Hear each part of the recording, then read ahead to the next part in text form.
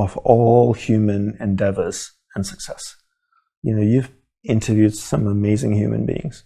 How concentrated are they in what they do, right? How can you solve problems if you can't stay with it long enough to come to a solution?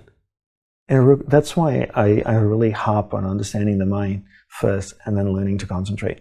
Because I feel if humanity can learn to do this, they can be better athletes, better artists, better martial artists, better singers, performers, sports people, engineers, doctors.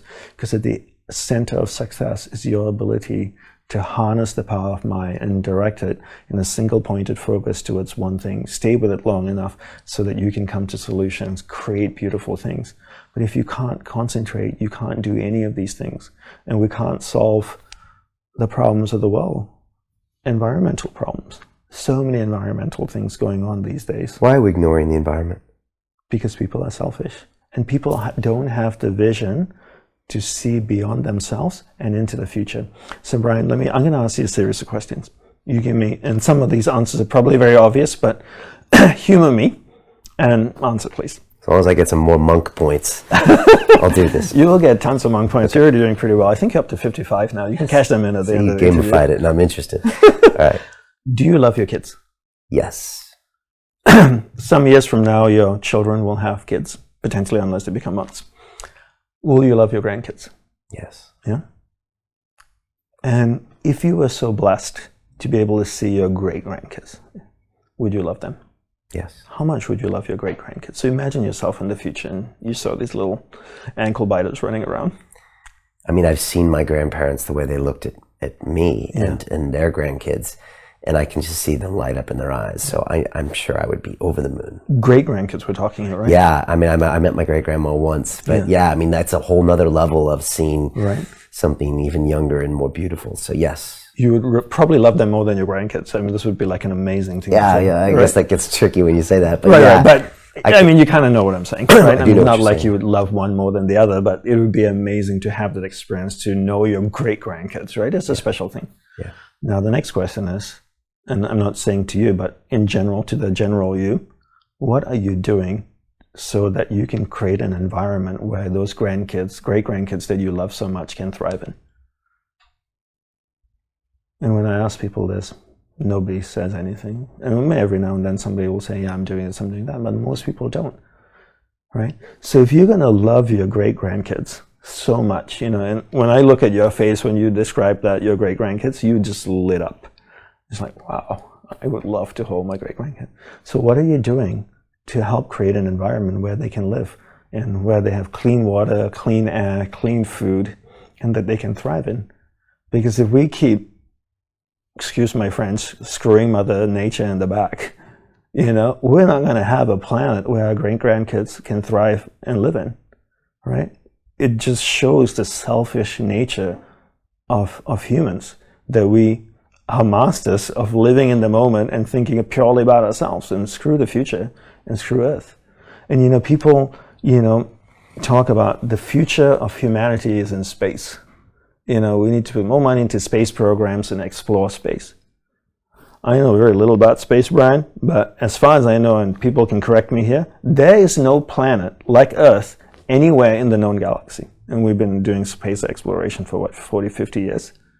On this planet, we have oceans, we have jungles, we have deserts, we have mountains that scrape the sky, snow-clad mountains, we have aurora borealis, we have rainbows, we have rain, we have waterfalls, we have humans, we have animals, we have insects and creatures, we have things living in the ocean that we can't even see because they're too deep.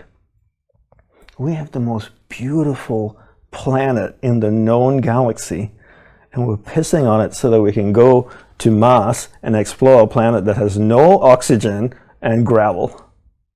Why? Are we dumb or are we dumb? We have everything we need here, and if we can't take care of what we have, how can we take care of what we find? We have the most beautiful thing in the world right here in our hands, and we can't take care of it. So we expect to go somewhere and find something and then take care of that? It's so ridiculous. There's nothing like Earth in this whole world. We're so blessed to live on this planet, right? And yet we don't take care of it. And how can we change that conversation? Because there's people talking about this, but there's equally a certain number of people that just say, no, no, no, let's just have the fun now. Let's, drill the oil now. Let's pollute the world now. Exactly. And I think the way to start is to uplift human consciousness, right? You can teach, again, going back to the making the case, right?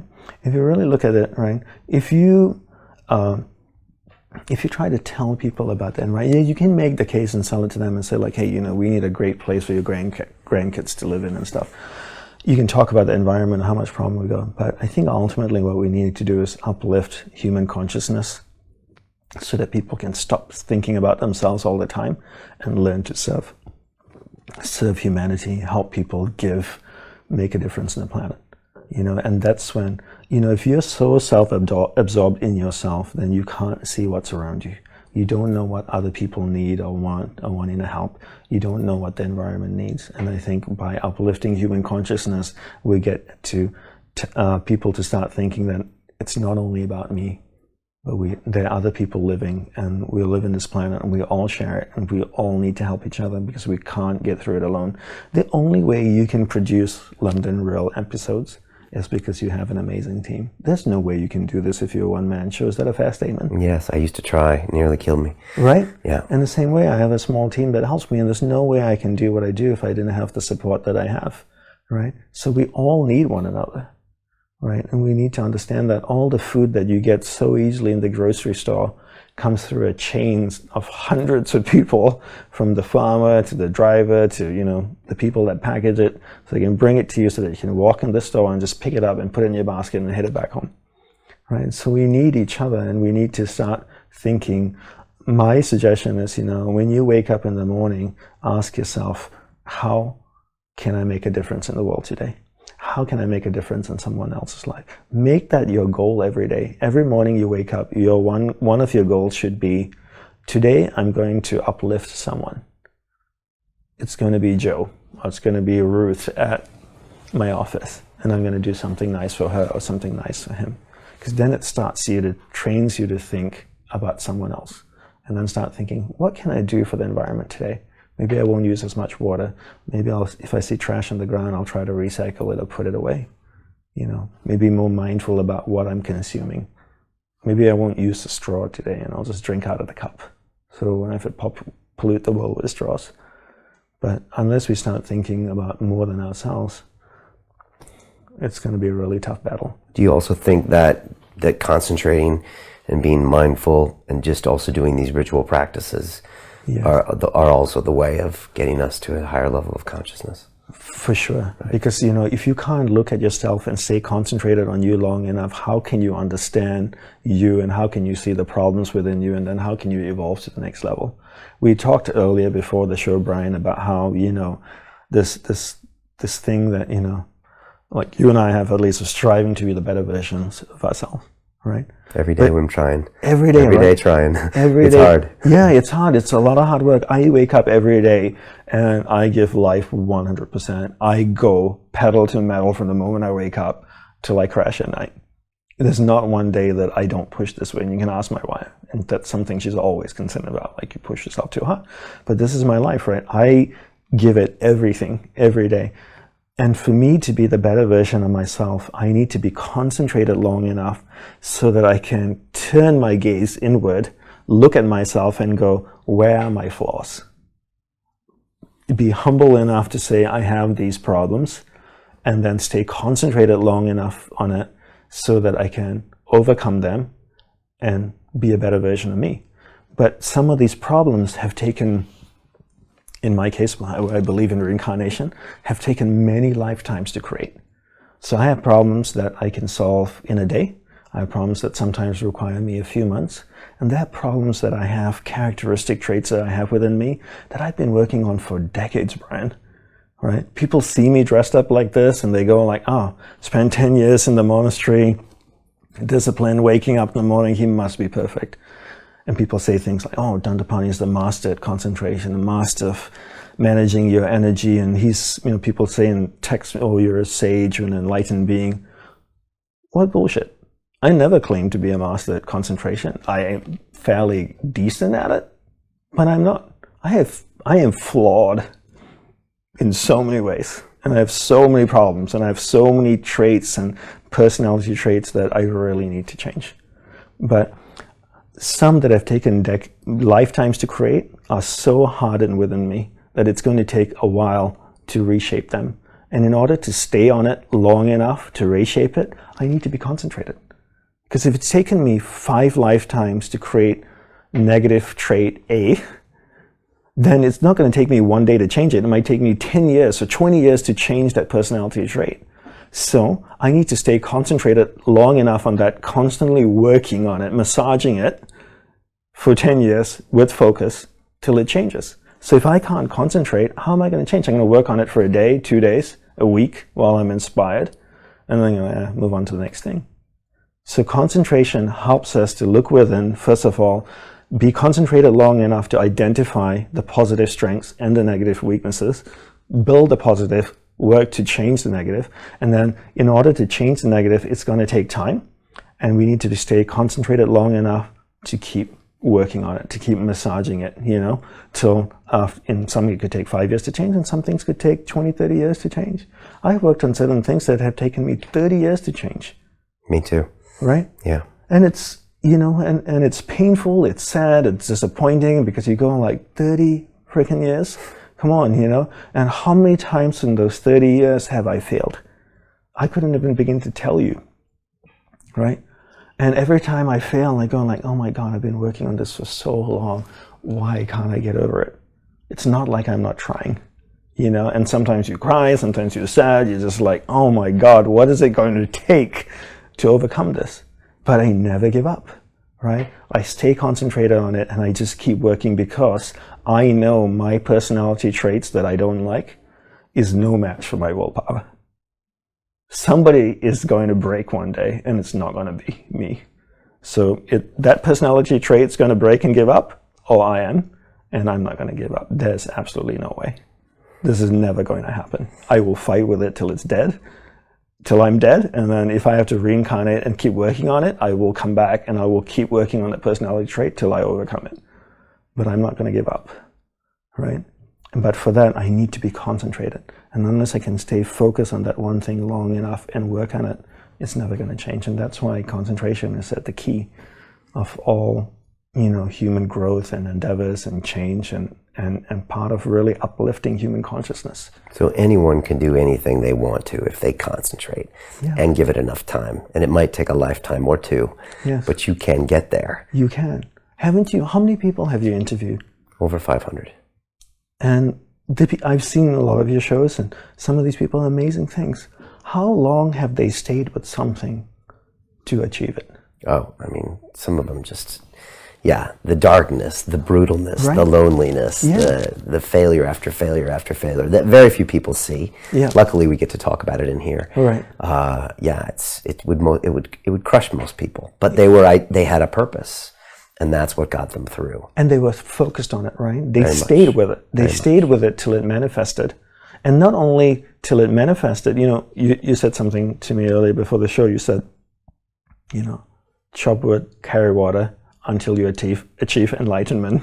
And then after you realize the self, you chop wood and carry water, right? So these people get to the top, or get to where they want to go, and then they keep doing it.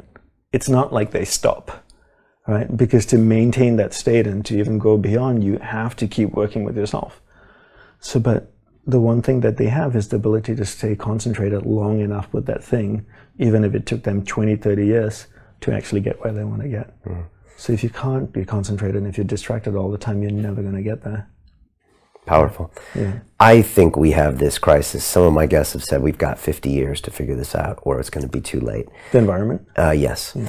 And I think, I agree with you. I think we have to fix this problem from the inside out. Yeah. And get a massive shift in human consciousness. Yeah. That's kind of the only way, because we've done the logical arguments, we've done the emotional arguments. We have to give them the data. Yeah, doesn't do it. That doesn't do it. Yeah. Think about your grandkids. Yeah. I mean, that doesn't seem to do it, which is hard to believe. Yeah. And when you got older people, 60, 70-year-old people in governments and business making these decisions, it's strange. And then it's like, but wait a second. Like you said, that simple exercise. Think about your grandkids or your great-grandkids. Yeah. Look at the world they're going to live in. I mean, it's pretty crazy. So what else can we do? Yeah. The only other way is to go in from the inside then and get them to another level of higher realization, a higher consciousness. And it starts by getting people to stop thinking about themselves so much. Right. Right. We need to learn to serve and not think about ourselves and think about everything and everyone around us and the environment. And only when we can get to do that can we start to think like, can we see, oh my God, that's a problem. But if I'm always looking at me and thinking, oh, I'm going to take this selfie, that wasn't a good one, and let me take another one, then I don't see what's around me and I don't see the problems. For me, one of the saddest things, I live in New York City and, walk around Manhattan on trash day, Manhattan's on a grid. And like every corner, there are trash cans overflowing with trash every day. There's bags and bags and bags of trash all along the street. And I think to myself, this is one city, 8 million people. The amount of trash we generate is mind-blowing. Where's all this trash going? It's getting buried. And people don't see, and the people just consume. You go to Starbucks, you buy a coffee cup, you drink, you just throw it away. Without any thought of where that is going and how is that being impacted. Buy bottles of water. Why don't you just take water from home in the water bottle? Consume water bottles. And it is devastating to think, there's 7 billion plus people on this planet. How many are truly doing anything, to care for the planet? And we're just walking towards the edge of the cliff. It's very scary. Yeah. Tell me about you. What are you going to be doing in 10 years? I know you got this place down in Costa Rica. Yeah. Are you going to disappear from our world? And are you going to be down there running your own monastery, being the guru? Yeah. What is your plan? Definitely no plans to be a guru. It's not my job. It's not what I signed up for in this life. My job is to continue to share the teachings of my guru. I owe him my life. It is and has been the greatest honor of my life to serve him. It truly has. And you get emotional thinking about him. Yeah, sounds like an incredible guy. He changed my life. He completely changed my life. So my job is to give back, to serve him. And how can I serve him? One is to be a good student, right? To do everything he told me to do, to put all his teachings into practice. And second is to share it with the world and help uplift human consciousness. And that's my job. My primary job is self-realization. That's number one. Even above serving my guru, that's number two. My number one goal is self-realization. I have a lot of work to do on myself, Brian. I've got a long way to go. And part of creating this project in Costa Rica is to work on my personal enlightenment. There's a monk that lived in India called Ramana Maharishi. He died in the 1950s. Amazing person. He had a beautiful saying, which I really love. He said, "Your greatest contribution to humanity is your own self-realization, your own enlightenment. As you uplift yourself, you uplift everyone else around you." Right? Version 2.2 of Brian is better than version 2.1. Right? As you move from 2.1 to 2.2, by 2.2 you can affect so many more people in a different way. So my goal is to work on myself in Costa Rica, really work towards my self-realization, be a better human every day. Second, serve my guru, share his teachings with the world. We're creating a spiritual sanctuary. We have 33 acres. We're creating a botanical garden. To part of wanting to teach people about the environment and protect species, a sanctuary for animals, but not just a garden that people can come and enjoy. It's a spiritual educational garden. So rather than just walking through it and looking at beautiful trees and plants and animals, we're going to teach people about different things. And the garden is broken up into 7 segments. And as you walk through the path going from one segment to another, you learn about different states of mind. And in each garden, you'll learn about one tool. Here's how you develop willpower. And this part of the garden, you learn about your subconscious and how to work with your past. And this part of this garden, you learn about your intuition and how to cultivate intuition. So when you finish walking through this garden, you leave with a bunch of tools. So everyone that comes will not only have a beautiful experience of walking through the garden, but they'll leave with tools to uplift their consciousness, which then hopefully gets them to view the world in a different way and start doing work. Right? And sounds like Disneyland for the mind. Can I steal that? Yeah, you could have it. I want to come. This sounds You're amazing. welcome. This sounds You're amazing. welcome. Bring your team. Come down. And it sounds amazing, and it sounds like, if I was to visit this version of this, 100 years ago somewhere, it would be one thing. But if I actually had watched you like on London Real and then knew what you were all about, it feels like when I arrived in Costa Rica, I'd be like, wow, I really want to see what this guy created, because, your motives are so genuine and real. It seems like you really want to construct these things for people to feel, And we, I mentioned last time to you, we have a 50-year plan and we have a 300-year plan. Tell me about the 300-year plan. Yeah, so I went to La Sagrada Familia, the church in Barcelona that Gaudi started in the 1920s, and I got fascinated with him building this thing that was never going to be built when he was alive, and it was going to take over 100 years. And he said, "That's okay, because my investor is not in a rush." And his investor, I guess, was God ultimately. Yeah. And so I love this concept of a 100-year plan. And so a few years ago, I said, I have a 100-year plan for London Real, which means it doesn't have anything to do with my ego or my legacy, because it's around way after I'm gone, and it's not about serving. me. It's about serving. Yeah. Yep. It's about a goal that's bigger than my accolades and my profit or my anything. Yeah. And so when I heard your 300-year plan, I was like, no, that's next level. So I really want to hear about this. I'll tell you how it came about. Well, first of all, I have to give credit to my guru, because, when he died, he told the monks to get rid of all his stuff and not create a museum for himself, because he didn't want people coming there and making it all about him. Like where you go to the monastery and all of a sudden you see, oh, this is Gurudeva's shoe, and this is his robe, and this is his beads, He wanted it to be about the teachings. It wasn't about him, because he was trying to extinguish celebrity culture. He was trying to extinguish celebrity culture, exactly. And that's, this whole culture around influencers and public figures and celebrities is a real problem in today's world. And he was trying to get rid of that. It wasn't about him, it was about the teachings and tools. So that's something I really want to keep in mind. When you go to Costa Rica, you're not going to see a statue of me anywhere, a painting of me, or, in the garden, and, a little sign that says Dandapani did this. No. Forget about me. It's really about serving. The 300-year plan came because my wife and I, we had 16.5 acres of land, and we saw the property next to us, and we really loved it. But we didn't have the money to buy it. And on that property, we saw a giant tree. Huge. It was like 4 meters wide at the base. It must be 300 years old at least. And I remember the first time, like 5-6 years ago, and now we bought the property, so we have 33 acres and that tree. Remember my wife and I standing at the base of the tree, and we're like, wow, what an amazing experience to stand at the bottom of this giant tree, at least 300 years old. And I thought to myself, how do I have this experience of being so humble to something so big and old, right? A couple of ways. One, then nobody deforested Costa Rica, which I think 70 or 80% of Costa Rica was deforested for cattle farming, right? So a lot of these trees got cut down. Second is, 300 years ago, somebody planted this tree, protected it, knowing that they would never experience it, because by the time they died, the tree would only be 2 feet wide. But they planted it so that somebody 300 years from today will have the experience I'm having. They will be able to stand there and go like, isn't Mother Nature amazing? This is so cool. So I will never have this experience, Brian, because the trees I plant will be about this big by the time I'm dead.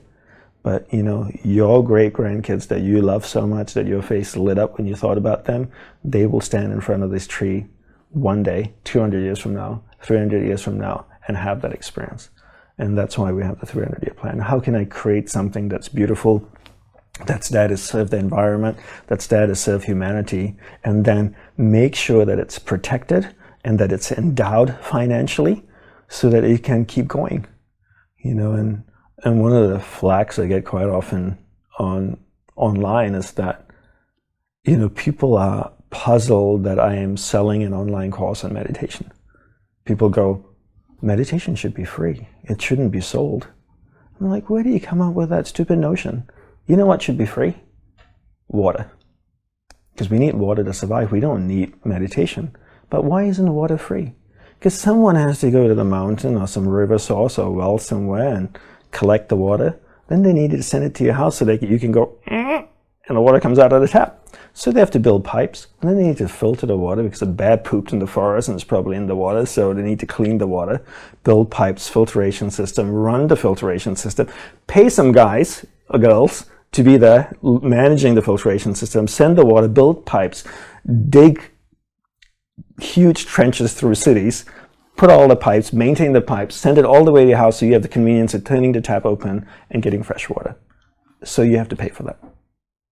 So everything requires money. Like someone wants to buy London Real's course. Brian Rose has an academy. Why are we paying for this? Well, he has people to feed that work for him, want to have a life. They want to go out and have dinner tonight and maybe a glass of wine and buy their family something nice. So Brian needs to charge for it because he has electricity. He lives in London. The rent's ridiculous.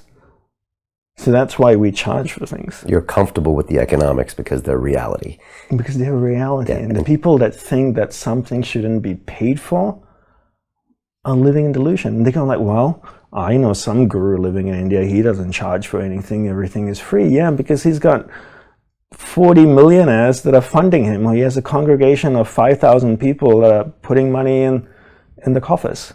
The same way that the church has a donation box and people walk in the church, drop money in the donation box. How does the church pay for electricity? Government doesn't give the church free electricity, right? Pay for water. The priest goes to the bathroom and flushes after he pees. Somebody needs to pay for that water. Right, and your guru had funding set up for yours. Yeah, right? And yeah, exactly. So people just need to kind of... They need to understand that. They need to understand, I think here's the biggest misunderstanding. They feel that spirituality and money don't mix. That if you're spiritual, you shouldn't make money. That money is evil and money is bad. And being spiritual means you don't care about money. Being spiritual means you should live in poverty, in simplicity. That you can't have nice things. You can't surround yourself with nice things. And I used to have that mindset before I went to the monastery. It's Guru Deva that changed my mindset. Because he surrounded himself with the best things. MacBooks for every monk. The best. Not only MacBooks, Brian, the best MacBooks, iPhones for every monk. And he was having an interview with a reporter who wasn't very nice and respectful of him. And she asked him, because whenever he traveled, he stayed in 5-star hotels. And this reporter goes, you're a monk, you're a renunciate, Hindu monk. So when you travel, why do you stay in 5-star hotels? Gurudeva looked at her and said, well, because there are no 6-star hotels. What did he mean by that? Because there wasn't nothing better. If there was a 6-star hotel, I'd go stay in a 6-star hotel. So the best for him allows him to deliver his message the best. Yes, it's an uplifting environment. He's in the right space of mind. But what he meant by that is that, why are you staying in a 5-star hotel? Because there's nothing better. If there was a 6-star, I'd go stay in it.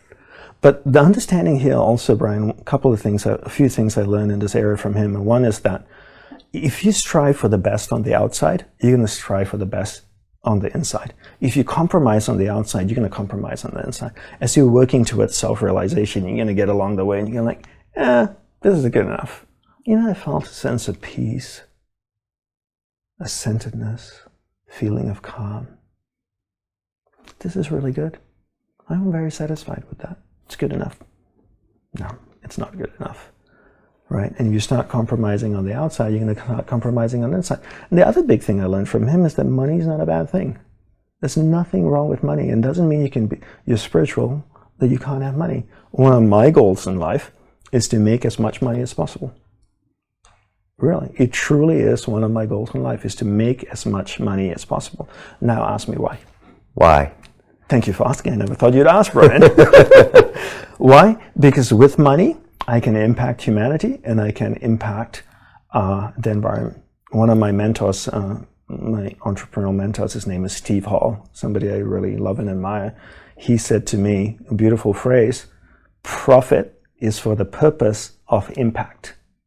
Profit is for the purpose of impact. I cannot create impact if I don't have the money, right? Because if I want to build an online course about concentration, I want to build an app that can help people create rituals in their day to be better at concentration, where the content's in English